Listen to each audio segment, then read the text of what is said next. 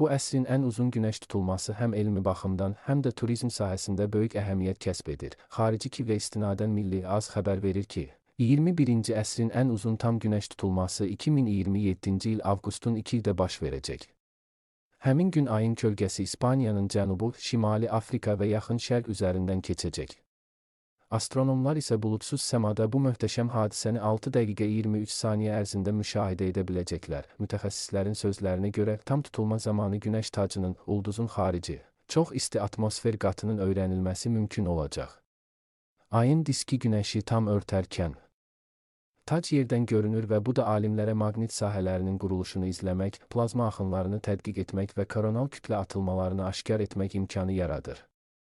Belə hadisələr kosmik hava şəraitinə və yer üzündə texnologiyaların fəaliyyətinə birbaşa təsir edir. Bu tutulma yalnız uzun davam etməsi ilə deyil, həm də müşahidə üçün əlverişli şəraitlə seçiləcək.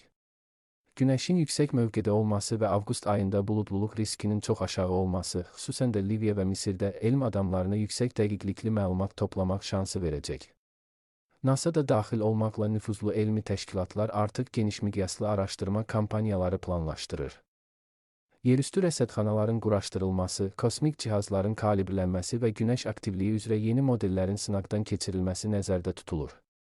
Uzun müddətli müşahidə mərhələsi elmi baxımdan misilsiz fürsət hesab olunur. Eyni zamanda bu hadisə turizm sahəsində də böyük maraq yaradıb. Dünya üzrə minlərlə həvəskar astronom artıq Luxorda yerləşən otellərdə yerlər sifariş ediblər.